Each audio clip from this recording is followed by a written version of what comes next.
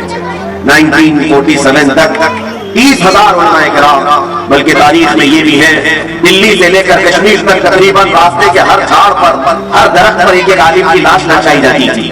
جو آزادی کا نعرہ لگائے اسے قتل کر دیا جاتا تھا، انڈمان نکوبار جیل بھیج دیا جاتا تھا۔ کئی علماء، کئی لوگ پوری زندگی وہاں پر کالا پانی کی سزا کاٹ کر ختم بھی ہو گئے۔ میرے عزیزوں، ان لوگوں کی قربانی ضائع نہ جائے۔ آج ہمیں یہ آزاد ہندوستان ملا ہے تو اس کی قدر کریں۔